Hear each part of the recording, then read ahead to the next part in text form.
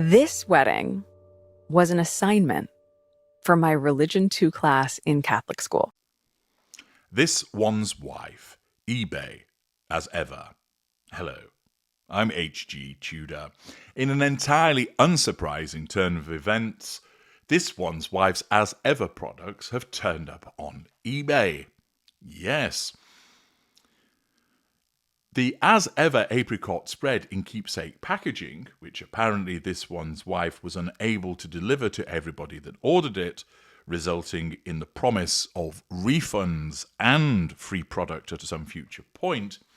Well, somebody was able to lay their hands upon some of this, and having paid $14 for it, they've listed it on eBay at $20, looking, at least to start with, to make a whopping profit of $6.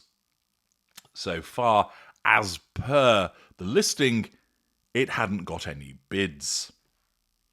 There's also her shortbread cookie mix, which is described as sold out online, available for $35. And somebody else has decided that the as ever apricot spread in keepsake packaging isn't to their liking, and that has been listed for sale, but has been driven up as a consequence of 8 bids to $81. Now, who on earth is going to pay $81 for some shitty spread in some nonsensical packaging? Paying $14 is overpriced for it, but to drive it up to $81, well, there, to my mind, are 2 potential explanations as to why this has happened. The first is that some dopey sugar, desperate to lay their hands on the apricot spread, which, as you know, has sold out, has decided to bid, driving up the price to this level. That having some money and no sense, this clown has thought, I'm desperate to lay my hands upon something that has been linked to this one's wife. She didn't make it. She holds up ripe apricots to a tree which has unripe apricots on it because she went and bought the apricot elsewhere. It is the magic apricot tree. But I'm so desperate to have a slice of this one's wife's life, I'm going to bid, and it's gone up to $81. Accordingly, some moronic sugar is spending money that they may not really be able to afford on this tat. The alternative, and this wouldn't surprise me in the slightest, and she certainly has the time to fuck around in this way, is that this one's wife has gone onto eBay and has driven the price up herself.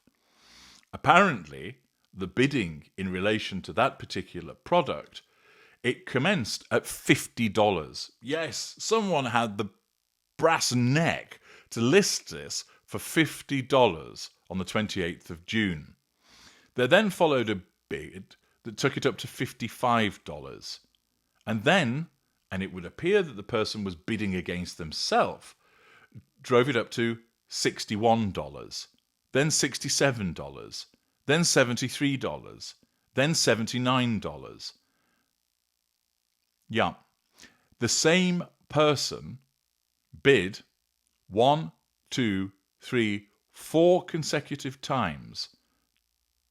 I beg your pardon, 5 consecutive times to drive the price up from $50 to $79.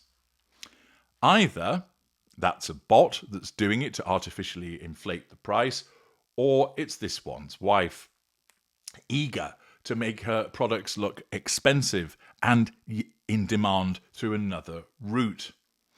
Then an alternative bid comes in from a different source for $80. Then somebody who has never bid before on anything comes in with $85. And then that's matched by the original bidder, and then the individual that had only bid once before comes along with a $90 bid, and then the original bidder drives it up to $91. Yeah. 8 bids on apricot spread doesn't really make sense. And it would seem to me that this is another cynical attempt by this one's wife to create the idea that she is massively in demand. That possibly, subject to advice, because remember, this isn't about establishing a proper business, this is about making it look like she has a popular business. She first of all manufactures scarcity so she can say, look, on 3 occasions, each time my products were available, they all sold out. People are crying out for cookie mix and raspberry spread and apricot spread. Look, I sold out. Of course, anybody savvy would say, okay, I need to see some evidence. How many products did you actually sell? And how many inquiries did you have? You had 4 of each product and you had 5 inquiries per product. Right. That's not huge demand, is it?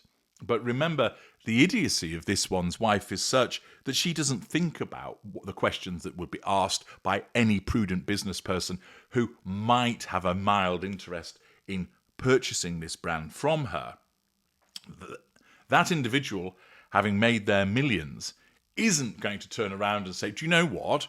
I'm going to pay you several hundred million for a company that's never really properly traded because it's associated with you on the basis that you tell me it's hugely popular without doing any form of due diligence.